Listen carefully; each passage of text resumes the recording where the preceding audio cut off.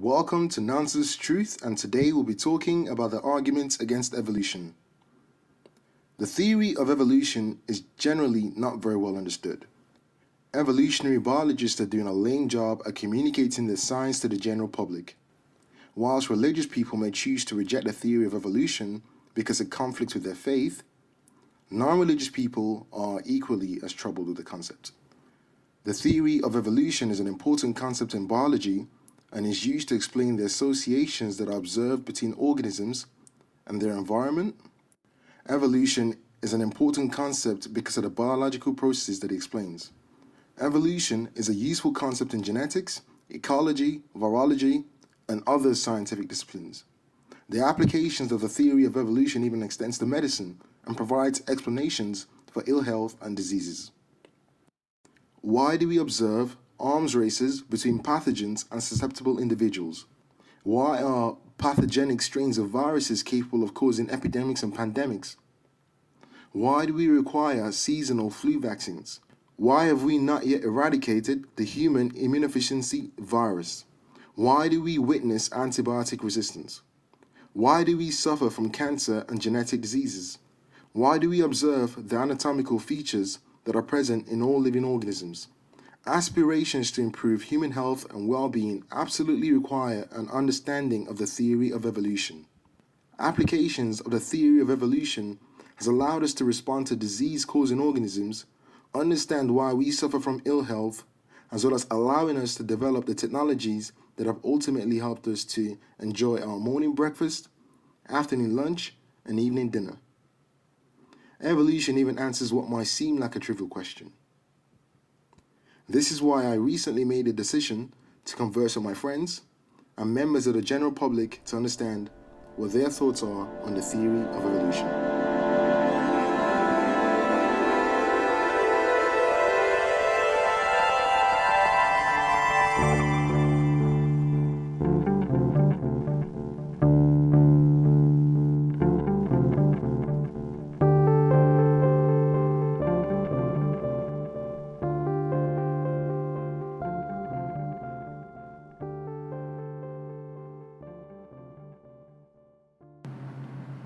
Are you familiar with the theory of evolution? I would say I am. Yes. Yes. Yes, I know about it. Yes, I am. Yes. Yes, I am. Yes, I am. Are you also... Sorry? A bit, yeah. Yes. Well, kind of. How would you explain that theory to someone else? I would describe evolution as being a theory that states that over time, simple organisms have or can evolve or adapt into more complex organisms. Evolution is the theory that over time a species will, under selection pressure, adapt to its environment by way of natural selection. I would say that the diversity of all of the species on Earth have a common point, well, a common ancestor, and because of different environmental pressures, the offspring of the ancestor has to develop different features in order to adapt to different sort of expectations of them, and hence the generation of such diversity. So all species came from a common ancestor, but they had to adapt to their surroundings and fulfill different niches, and in this way they became separate species, and that's what we see today.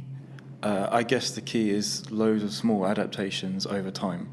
So when one organism makes a favourable change and it helps it to survive, over time you'll see that change be passed on to its offspring, and so on and so forth. Over millions of years you'll see that offspring become inherent within the organism, family of organisms.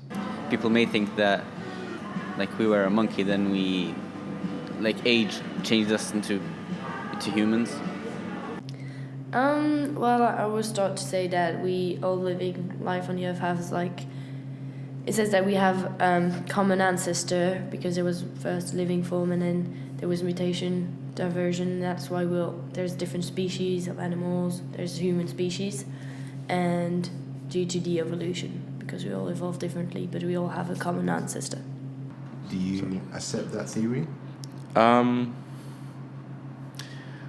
I'd say it's a reasonable explanation as to how human beings have evolved over time, or how human beings have appeared on Earth, scientifically speaking. Do I accept it? Yes.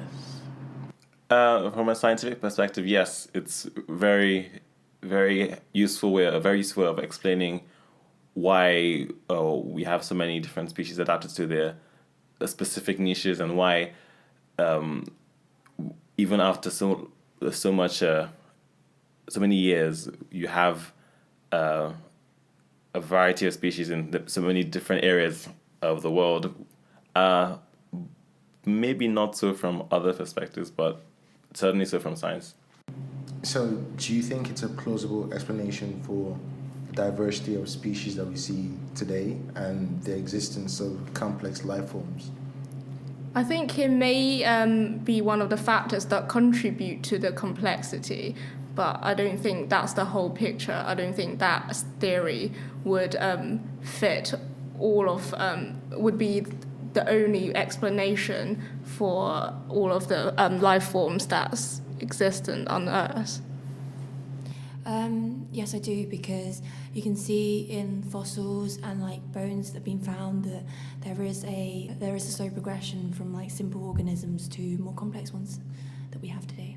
I guess I accept it because at the moment it's the most sound theory, but it's not provable at the moment, so I guess I take it with a pinch of salt.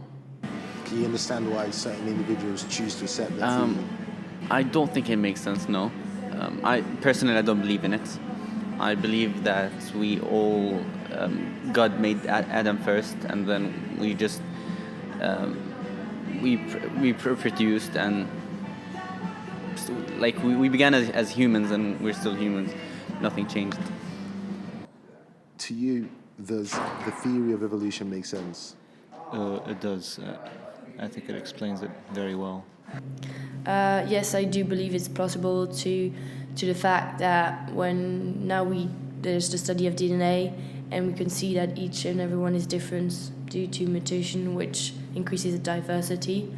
And but we also see we have some properties of our DNA that are the same as the monkeys, which prove enhance the theory of a common ancestor. I hope you don't mind me asking you this question, but are you religious? No, I'm not, but I went to a Catholic school, so I was kind of brought up in a Catholic surrounding. So, are you familiar with other explanations for the diversity of species that we see here today and the existence of man as a complex organism? So, for example, are you familiar with the narrative of Adam and Eve? Oh, yes, I am. So just that God made everything, and that there was no evolution, and we just all came at that one moment in time when God created the world. So do you feel as though it's possible to reconcile this narrative with the theory of evolution? I think people have tried to say that it does kind of fit, where it's not really, it's just kind of a story that helps explain evolution, but you don't take it word for word. But personally, I don't really believe in Adam and Eve, and I believe more in evolution. So what would be your reason? Why have you chosen to accept that explanation for the origin of life? My only reason, to be honest, is that it's first of all, my religion says that. So I believe in my religion, so, and I think scientifically it proves that what my religion said is actually right, and it makes sense to me. Are there any forms of evidence that you look for that sort of support what it is that you just presented, like an origin through two individuals that later on went to populate the whole of the world? Are there any evidences that you look for, or are there any evidences that you know that support what is presented within the Quran, for example, about Adam and Eve? The Quran actually mentions that God created Adam first and Eve. Then, like, he created those two people first, and they reproduced to produce us. It didn't mention anything about us humans being something else in the beginning. I think that only thing proves everything to me. Like, I believe everything the Quran says, and that's it, I guess. Proves. Are you familiar with the alternative narratives which attempt to present an explanation for the diversity of species that we see in existence today and the existence of man? So, for example, within Abrahamic religions, there is a narrative about the origin of man and the creation of Adam and Eve. Are you familiar with this narrative? Yes. Do you feel as though it is in any way reconcilable with the theory of evolution? Well, not really, because the fact that the woman was made out of the rib of a man doesn't explain the diversity, since it would be out of a bone, so it wouldn't have the genetic material that we need to be human, and also, yeah, that's basically it. So that's one part. I think if you take the story literally, it doesn't sound that plausible, but if it could be an analogy to what happened in the past. So, for example, so Adam could be the common ancestor, and he was sort of born out of the organic matter of Earth, and then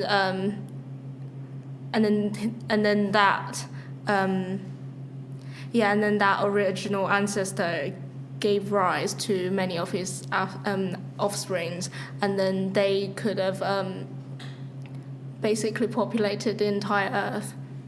For me personally, it's a bit unplausible. I couldn't really see that happening, but it's certainly an explanation, and it is as provable as evolution is.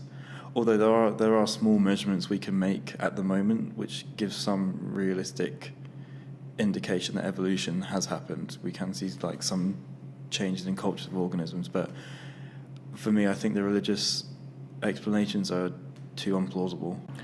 I'm not really sure about that one, because I think in the Bible there are parts of it which do support the theory of evolution, whereas there are others that would disagree or contradict with it. How would you present the biblical narrative of the creation of Adam and Eve? I would describe how the first book of the Old Testament, Genesis, describes that God first created Adam, man, and then created woman, Eve, and how they were initially living in a paradise until they disobeyed one of God's orders, and then the world was changed from being a paradise to something not so paradise-y, or not so utopian, and yeah. So, at the beginning of the world, after creating the rest of the world and all the organisms, God, from dust, created Adam and breathed life into him, and then from Adam created Eve and led them into the world. And these two individuals went on to populate the whole of the human Essentially, species. yes. Do you feel as though it's possible to reconcile that with the theory of evolution?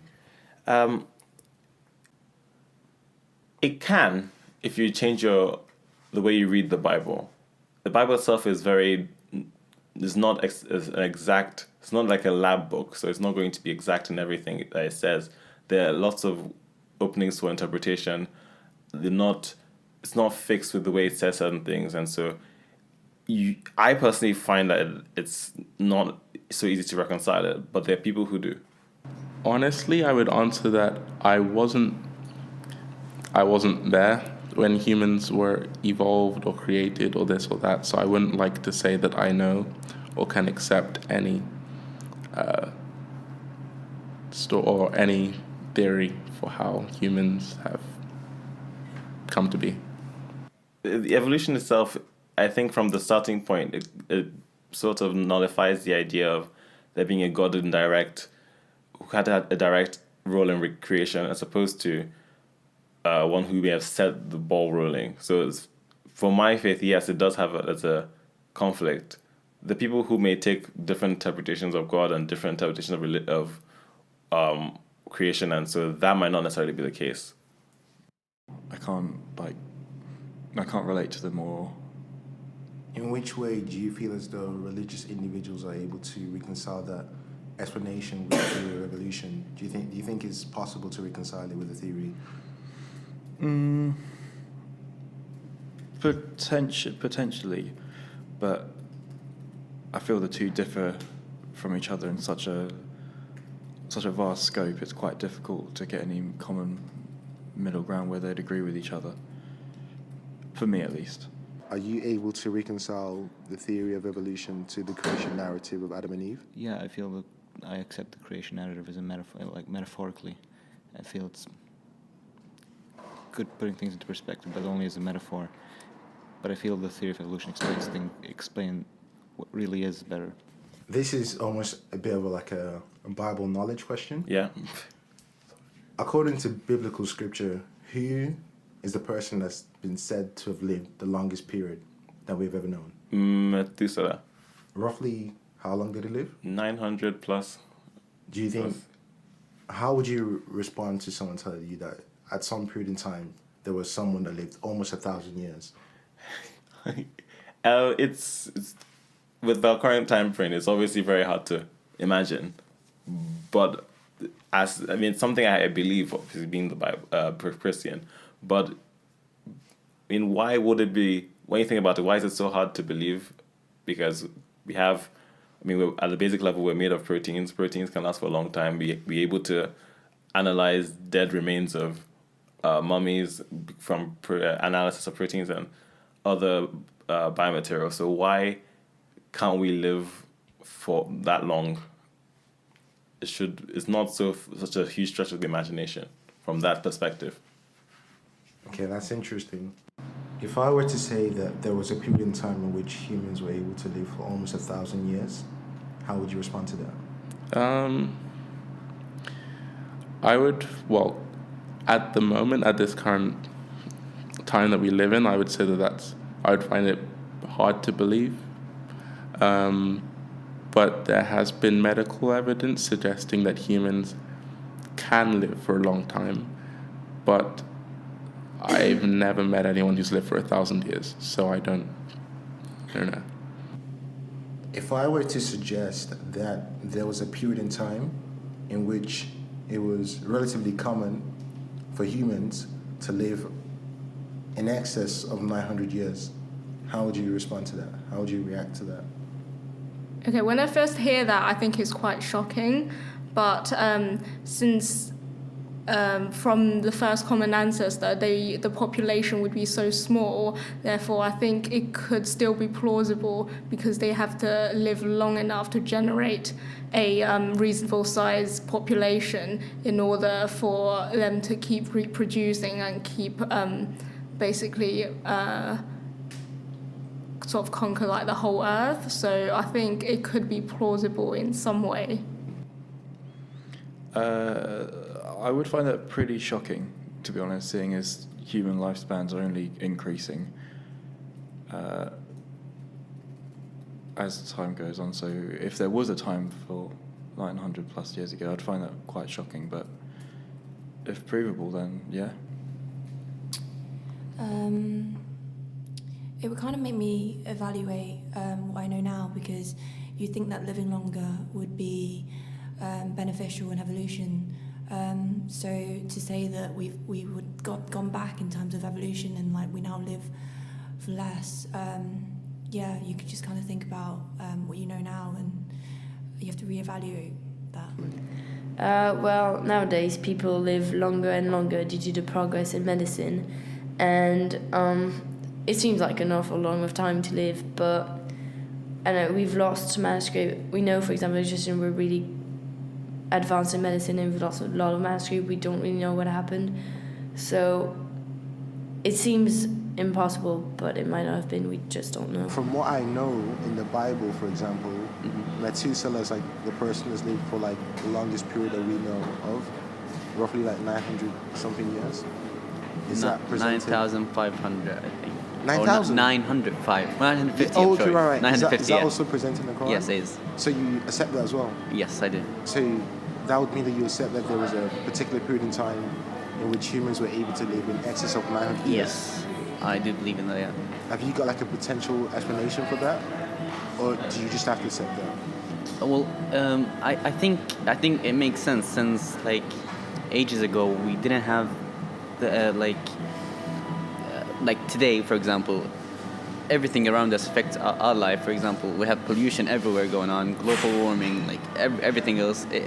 Those factors affect our period of lives. So, like ages ago, they didn't have all of those things. I guess that made them live longer. So, I can't see why it didn't happen. Oh, so that would also mean that before Adam and Eve, you accept that there were like no sicknesses, there was no ill health that was imparted on human beings. Before Adam and Eve? Yeah, before Adam and Eve. Well, So like before like their fall, something like that. well, I do actually believe also in that God created like other things before Adam and Eve, not humans but other creatures. I mean, so I mean sicknesses have to come from somewhere. So I'm not sure, but I guess they were already there before Adam and Eve. Are you also familiar with the biblical narrative of Noah and the Great Flood? Yes. How would you present that story to someone that's not familiar with it? So at a certain point in time, God wanted to start afresh with the world because he was dissatisfied with how people were being. And so he decided to essentially flood the world and restart with every species, but he preserved every species by getting Noah to create an ark in which one male and one female of each species stayed until the flood subsided. And then from all those animals, including Noah and his family, the rest of the world was populated. I would tell this person how the story is about a man who God chose out of this land of, I don't know, quote unquote heathens, or people who would not follow his word. So in order to cleanse the land and start again, God decided to wash the world with a flood and begin anew. And in order to do this, he instructed Noah, who was the man that he chose, to take 2 of every animal and his family and build an ark, a big boat for them to survive this flood that he planned to wash the world with. Do you accept that narrative in any way? I do, but it's even though I do, I do grudgingly, because it's obviously hard to imagine. That the feat is very hard to imagine, and also you should be able to detect this sort of thing if it happened, but I still accept it in faith though. Okay, that's interesting. And my previous question actually was about Methuselah, and he lived like 900 and how many years again? Yeah, 969. So almost 1,000. So if this had happened, do you think this would have happened, I don't know, roughly 6,000 years ago, or less than that, or even a longer period of time away? What, Methuselah leaving, or? Yeah, because he's amongst the first few humans that were in existence. So roughly within which time period? I couldn't give a time frame. I couldn't really give a time frame with the Bible because I don't think you can really time off really fit the Bible into one time frame. It's not descriptive as to what came before the world or what happened during the Garden of Eden period or exactly when Adam and Eve were exiled or whatever. So we can't really say whether we're counting from this point in history or that point in history. For all I know, Methuselah could have lived over 6,000 years ago. There could be a time frame in the Bible that was missing, or maybe even nearer. And there is also another interesting narrative that's presented within certain religions, and that's the narrative of the Great Flood and Noah's Ark. Are you familiar with that narrative? Yeah, I know the story, yes. And I think what that story suggests is that there was a period in time in which it was a requirement for a family to build a really large ship, I suppose, and they also were able to populate that ship with, I think, 2 of every species. Do you think something like that is possible?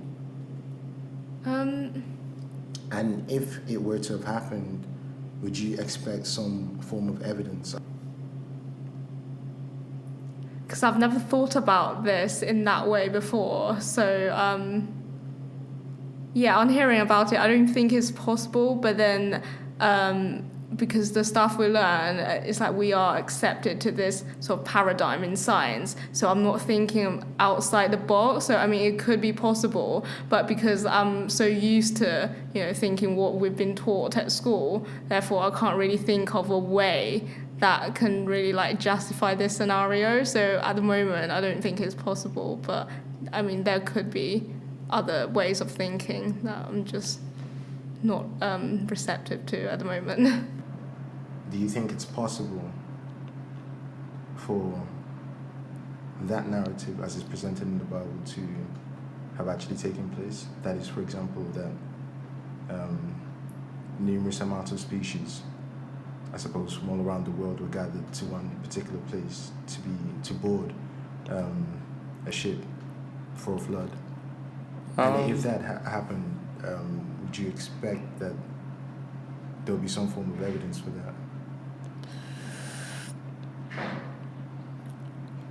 I would say that it's possible because we do have zoos and stuff, and those have a pretty large number of species of animals in one closed space.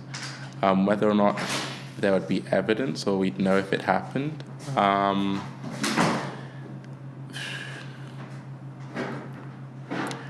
depends on how long ago it was supposed to have been. I think we'd only have as much evidence as we can find. And seeing as you're somewhat familiar with the paleontological evidences for evolution, if you're also familiar with the narrative of the Great Flood and Noah's Ark, would you expect the fossil record to corroborate this idea that there was a period in time in which there was a massive extinction across the globe, essentially? Yeah, I think so. I think you just see a lot of fossils at a certain point in time, just because most of the animals would have died in this flood. Yeah. If you were to think about it now, could you imagine why it is that people struggle to accept the theory of evolution? I think it just, when something comes along that goes against what you've been previously taught, so people are brought up to believe that, God created everything in this amount of days, but evolution is a process that goes on for millions of years. It kind of goes against that, and then you don't really know what to think, so you go for the most simplest option or the one that you think is right.